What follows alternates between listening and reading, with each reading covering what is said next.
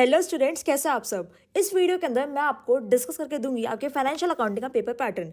अब बेटा paper pattern बहुत ज़्यादा आपके लिए इंपॉर्टेंट है, बिकॉज एग्जामिनेशन में जाने से पहले आपको पता होना चाहिए कि मेरे पेपर का ब्लूप्रिंट क्या है, कौन से चैप्टर बाबा फ्रीक्वेंटली मुझसे पूछ रहे हैं, कितने मार्क्स से पूछ रहे हैं, कौन सा चैप्टर मैं छोड़ के बिल्कुल जा सकता हूँ, कोई दिक्कत वाली बात नहीं है। तो बेटा एग्जाम देने से पहले पेपर पैटर्न आपके लिए जानना बहुत ज़्यादा इंपॉर्टेंट है।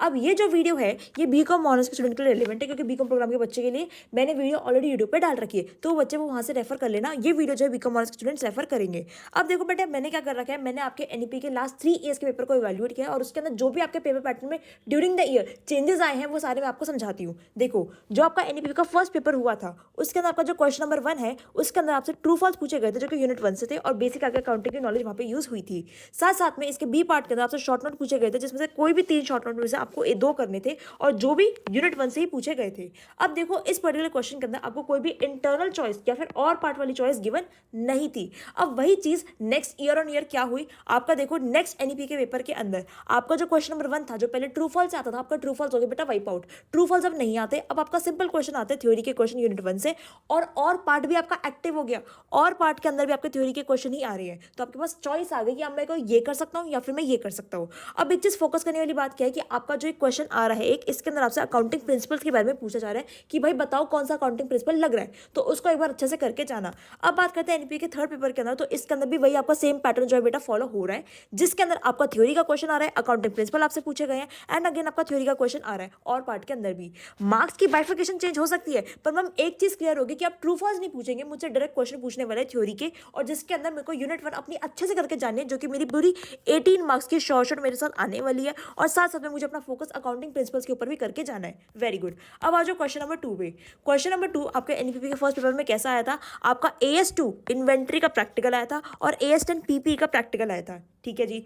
और पार्ट के अंदर इन्वेंट्री का प्रैक्टिकल आया था और इन्वेंट्री पीपीई और इंटेंजिबल की आपकी थ्योरी आई थी 12 नंबर की। तो हम एक चीज ये क्लियर हुई कि 12 नंबर की थ्योरी आ रही थी, पहले 12 नंबर की थ्योरी आ रही थी, पर AS2 और AS10 दोनों के प्रैक्टिकल करके जाने बहुत इंपॉर्टेंट है, बिकॉज दोनों के प्रैक्टिकल मुझसे पूछे जा रहे हैं। ठीक है जी। अब आगे आ जाओ, आपके एनपीपी के सेकंड पेपर के अंदर क्वेश्चन नंबर 2 जो आया उसके अंदर आपका AS9 और AS26 भी ऐड ऑन हो गया। मतलब जो बच्चा ये सोच के जा रहा है कि AS9 26 तो दे रखा है, पेपर में पूछा कहाँ जा रहा है बेटा, पूछा जा रहा है, पेपर पैटर्न आपका चेंज हुआ। देखो AS9 का आपका प्रैक्टिकल आया 8 नंबर का, AS10 का प्रैक्टिकल आया 6 नंबर का और AS2 की आपकी थ्योरी आई 4 नंबर की।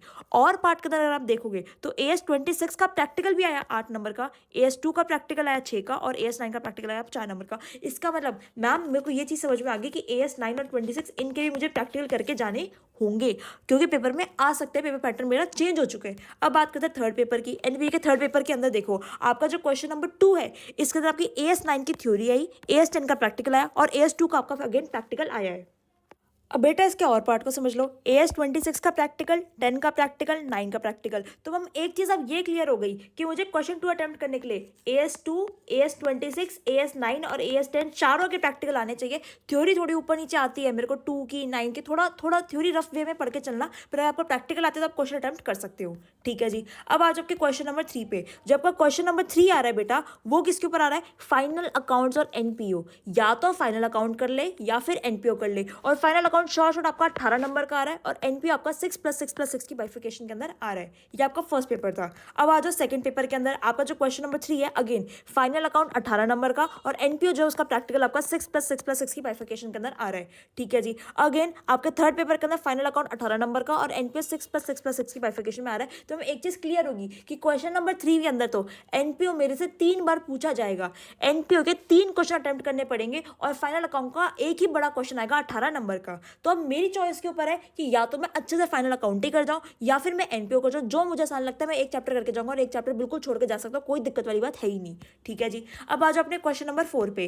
क्वेश्चन नंबर 4 जो बेटा आपका आ रहा है उसके अंदर आपसे ब्रांच अकाउंटिंग के बारे में पूछा जा रहा है। अब ब्रांच अकाउंटिंग अपने अंदर ही बहुत एक बड़ा चैप्टर है, पर उसके अंदर भी आपको हमेशा एक चीज देखने को मिलेगी कि पहला जो क्वेश्चन होगा आपका स्टॉक एंड डेटर मेथड पे आपसे पूछा जाएगा और जो दूसरा क्वेश्चन होगा आपका डेटर मेथड पे पूछा जाएगा। दोनों 18-18 नंबर के आ रहे हैं। तो पहला मेथड स्टॉक एंड डेटर, दूसरा मेथड डेटर मेथड से पूछा जाएगा। क्या मम्मी सेम पैटर्न आगे फॉलो हो रहा है? बिल्कुल हो रहा है। सेकंड पेपर के अंदर देखो ब्रांच अकाउंटिंग डेटर मेथड या फिर stock and debtor method 18 number के आपसे पूछे जा रहे हैं। क्या मैम थर्ड पेपर में फॉलो हो रहा है? बिल्कुल हो रहा है। Debtor method, stock and debtor method. तो अब एक चीज क्लियर हो गई, ब्रांच अकाउंटिंग के अंदर भी एक बच्चे को स्पेसिफिक जाना है तो कोई भी एक मेथड वो अच्छे से करके चला जाएगा। मतलब पीवाईक्यू के अंदर जितने भी आपके क्वेश्चन आ रहे हैं, मान लो अगर आपने डेटर मेथड चुना तो जितने भी क्वेश्चन आ रहे हैं डेटर मेथड के उनको करके चले जाना, आपका काम बन जाने वाला है। ठीक है जी। अब आ जाओ आपके फिफ्थ पार्ट पे जो क्वेश्चन नंबर 5 है। क्वेश्चन नंबर 5 आपको पहले कैसे आता था? डिपार्टमेंट का प्रैक्टिकल आया 18 नंबर का। अच्छा जी।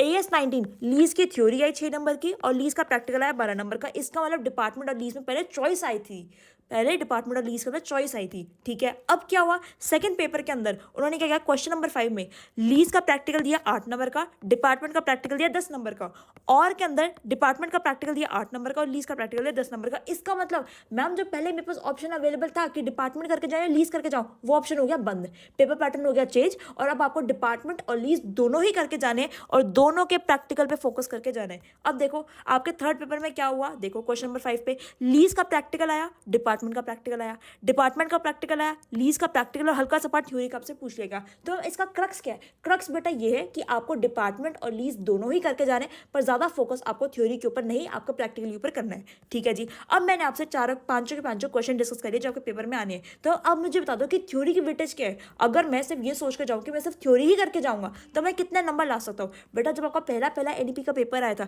तब आप उसके अंदर 18 से 36 नंबर अपने थ्योरी के ला सकते थे। अब हमें 18 क्या और 36 क्या है?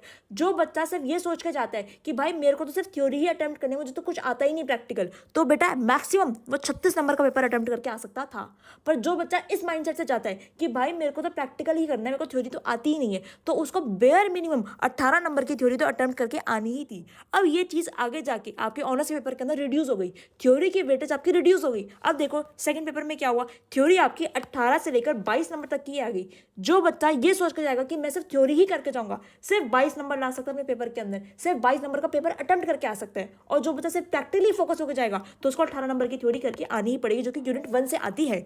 तो इसका मतलब हम एक चीज ये समझ में आ गई कि अगर थर्ड पेपर भी डिस्कस कर लेती हूँ 18 से 26 नंबर की, तो इसमें हमें ये चीज समझ में आ गई कि भाई अगर आप सिर्फ थ्योरी के भरोसे जाओगे तो पास तो नहीं हो पाओगे फाइनेंशियल अकाउंटिंग के पेपर के अंदर, पर आपको बेयर मिनिमम 18 नंबर की थ्योरी आने ही वाली है। और वो कौन सी होगी? वो आपकी यूनिट 1 की थ्योरी होगी। तो यूनिट 1 तो अच्छे से करके जानी है, उसके बाद अगर आप थ्योरी किसी भी और चैप्टर की करके जाना नहीं चाहते तो छोड़ के जा सकते हो, कोई दिक्कत वाली बात नहीं है। अब देखो मैं आपको क्रक्स समझाती हूँ। क्रक्स क्या है, कंक्लूजन क्या है? कंक्लूजन बेटा ये कहता है कि आपको चैप्टर नंबर जो आपकी यूनिट नंबर 1 है उसको वाइजली करना है, अच्छे से करना है, बिल्कुल ऑथेंटिक तरीके से, बिल्कुल पूरा 18 नंबर की आपकी यूनिट आने वाली है। आपको अकाउंटिंग प्रिंसिपल्स के ऊपर फोकस करना है कि बताना है कौन सा अकाउंटिंग प्रिंसिपल है, क्योंकि 2 बार रेपिटेटिव बेसिस पे आपसे पूछा गया है।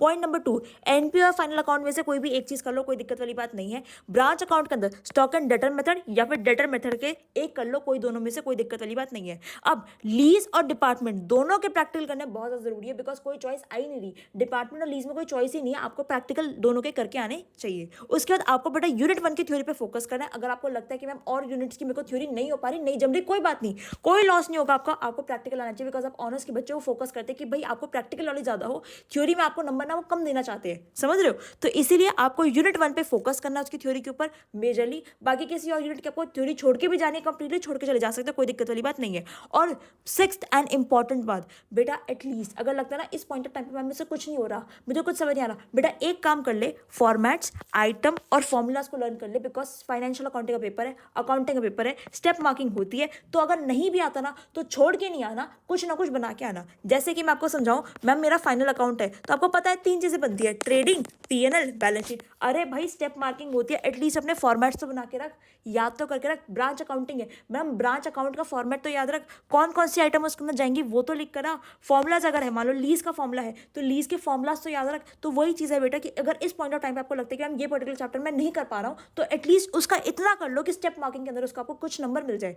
8 में से 10 में से 0 मिलने से बेटर है कि 3 4 कुछ भी मिल जाए आपको। ठीक है बेटा, अगर ये वीडियो आपको अच्छी लगे तो इस वीडियो को फटाफट से लाइक करो, चैनल को सब्सक्राइब करो। और एक चीज इंपॉर्टेंट क्या है, सेम 1 की कम्युनिटी में आपको ज्वाइन करो, बिकॉज अब जो भी रेलेवेंट मटेरियल आपको मिलने वाला है फाइनेंशियल अकाउंटिंग का, वो सारा मटेरियल आपको यहाँ पे मिल जाएगा। ये कम्युनिटी एक ऐसी एक्सक्लूसिव कम्युनिटी है डीयू की, जो कि आपको सेमेस्टर 6 तक हेल्प करने वाली है आपके सारे नोट्स के रिस्पेक्ट में। और बेटा जो भी मेरी रेगुलर बेसिस पे गाइडेंस होती है, मैं इस कम्युनिटी के थ्रू बच्चों को शेयर करती रहती हूँ ताकि वो अपडेटेड रहे, ताकि उन्हें पता चले कि इस पॉइंट ऑफ टाइम पे उन्हें क्या करना चाहिए। साथ साथ में बेटा यूट्यूब चैनल को सब्सक्राइब कर लो ताकि आपको जो भी हेल्प चाहिए, जो भी रिक्वायरमेंट हो, आपकी फटाफट से आपको वीडियोस मिलती रहे, इंपॉर्टेंट मैसेजेस आपको मेरे वीडियोस में आपको मिलती रहे, ताकि आपकी बहुत हेल्प होती रहे। ठीक है बेटा, लाइक करो वीडियो को, चैनल को सब्सक्राइब करो, एंड आपको ऐसी और इन्फॉर्मेटिव वीडियो चाहिए होगी तो फटाफट से मुझे बताओ, कमेंट सेक्शन में लिखो, एंड मैं खूब जरूर मेहनत करूंगी कि आपको रेलेवेंट चीज़ मैं प्रोवाइड करूँ। बाकी फटाफट से क्या करना है, चैनल के अंदर जाना है और व्हाट्सएप कम्युनिटी को ज्वाइन करना है। All the very best for your examination, अच्छे से तैयारी करना। बाकी मेरे से जो भी वीडियो बन पाती है मैं आपको जरूर प्रोवाइड करवाने की कोशिश करूंगी। चलो फटाफट से लाइक करो वीडियो को, चैनल को सब्सक्राइब करो, ये अच्छे से पेपर करके आएंगे एंड सेमेस्टर 1 में हमारे बहुत अच्छे नंबर आने वाले हैं।